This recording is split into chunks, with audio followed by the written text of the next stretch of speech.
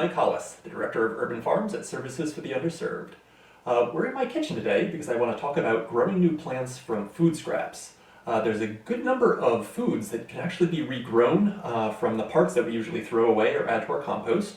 So today I'm going to show you how to regenerate these plants for a new life in your home or garden.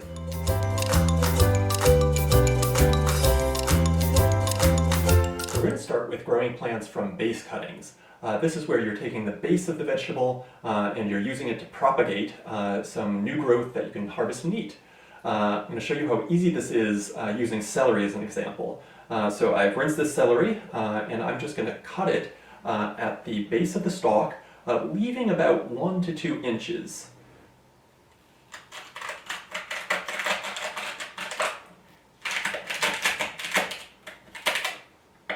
So the stalks I'm going to use in a recipe later, but I'm going to take this base and just set it in a bowl, and I'm going to add just a little bit of water. Add for this one about 1 inch of water. Yeah, kind of just enough to cover the bottom of the celery. And just going to set this in either a windowsill or somewhere on the counter. Really anywhere that gets some light, even if it's indirect. We want to make sure to change the water each day, emptying the bowl completely and putting fresh water into it. After about a week, you should start to see some new growth. I'm going to show you some romaine lettuce that I actually started propagating about a week ago.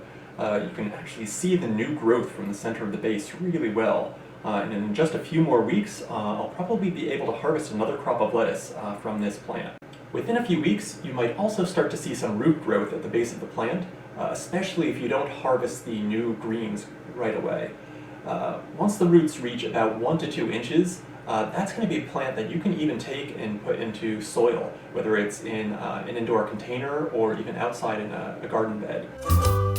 So there's a lot of plants that this will work with. We've already mentioned celery and romaine lettuce, but there are a pretty wide variety of other plants that can also be propagated using the exact same technique. So this includes any loose leaf lettuce variety, bok choy, garlic greens, and carrot greens.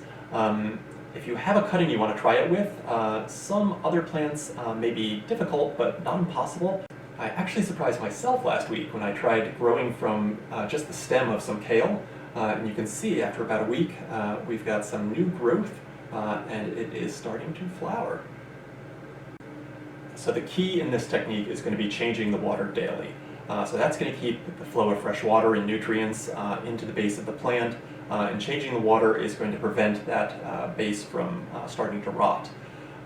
If you do see a part of the base that is starting to brown on parts, you can either prune that away with your finger, so on the lettuce right here, just kind of pulling away at some of the parts that are getting a little drier, or trim it away with some scissors. So another note to consider is that this method is going to work best with produce that you're getting organically or from a farmer's market. It will work with most non-organic produce as well that you might just be getting from the grocery store, but there are a few industrial farms that do use an anti-sprouting chemical spray. So if you don't see any new growth on your cutting within, I'd say, 2 weeks, give it another try with some organically grown produce. So a similar process can actually be used for regrowing some herbs. So if you have cilantro or basil, lemongrass, or scallions, if you put those stems into a jar of water, it'll help them keep fresh for longer. But if you leave them long enough, they will also start to regrow roots. So you can see in the scallion that's been in this jar for a couple of days, we're starting to get roots that are almost at 1 inch or 2 in length. And once you've gotten to 1 inch or 2 in length, I can actually take these and move them into soil, whether it's in an indoor container or outdoors in a garden bed.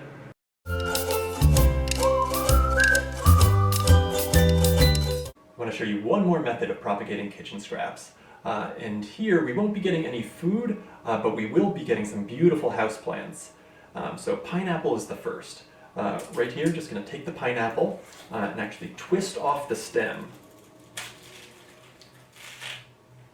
So you have a pineapple right here. This I'm going to save for later.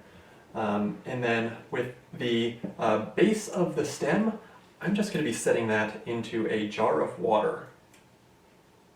If the jar is small enough, you can just sit that stem right on top, so long as the base is in water. You can also use toothpicks or chopsticks to hold the stem in place so that just the base is below the water line.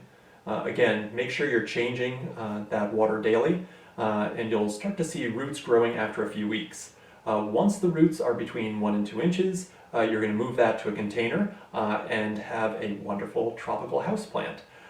You can see here a pineapple that I've actually propagated and used this exact method. This one is about 8 months old, so you can see how quickly these plants grow and really give you a pretty substantial indoor houseplant. Avocado uses this same method with its pit.